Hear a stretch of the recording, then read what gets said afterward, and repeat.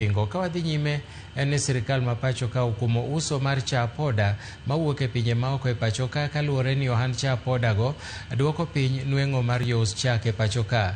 Jatend migawo mar pur Mutahi Kagwe owacho ni okang' makamano geto mar reso sekta mar pith chiaye e thurka. Kuom mano osiemo jogo mawaro chak mar poda kowuok e pinje maoko kowacho ni gin ohala no sani en e tok chike thurka. Kagwe bende nokumo hono mar chak e kor gwenge kowacho ni tim makamano kodewo ler kod ngima oganda. Owacho bende magi e kinde manochiwo masinde mag baraf mikane chak kata coolers ne jopur ma Nakuru mondo gijiw yore mag pur mag kod ohandgi.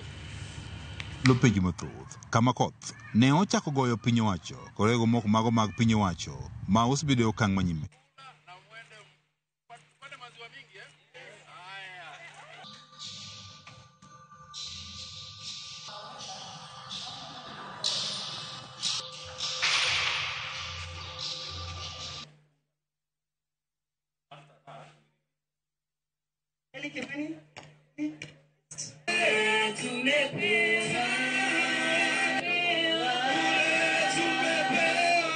The per capita consumption of Kenya is about 102 liters, which is almost double any other African country.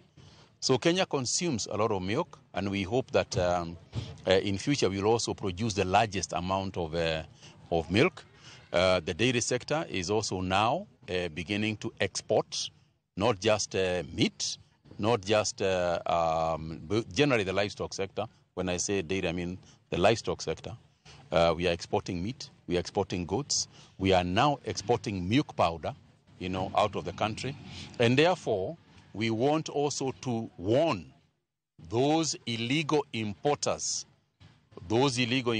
of milk powder into the country that we have noticed what they are doing and you'd like them to stop. Everything that is consumed by a human being must be vetted and verified. And that is why we also stopped the concept of hawking of milk, because we started getting problems. Mothers started complaining about children who are getting diarrhea. People started getting sick because we don't know. And therefore, the milk industry has got to be properly regulated.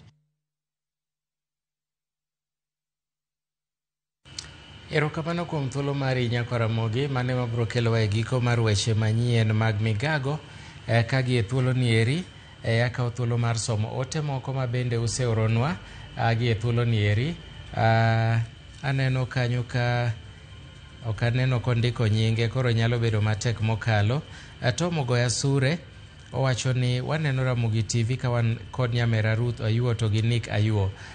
Nyakaramogi mane mokelo e giko mar weche manyien mag migago waiko ni mathoth wabro kelo ni otieno e weche manyien mag ang'ich welo kod weche manyien mag oimore. Nyinga Milton Ochieng koromo saa 8 aduogo gi chenro mar paw tuke kama kawuono wan gi tim mar Kenya mar Deaf Olympics, jogo man gi ng'ol mar winjo ka wabro bedo nyaka gi jaloko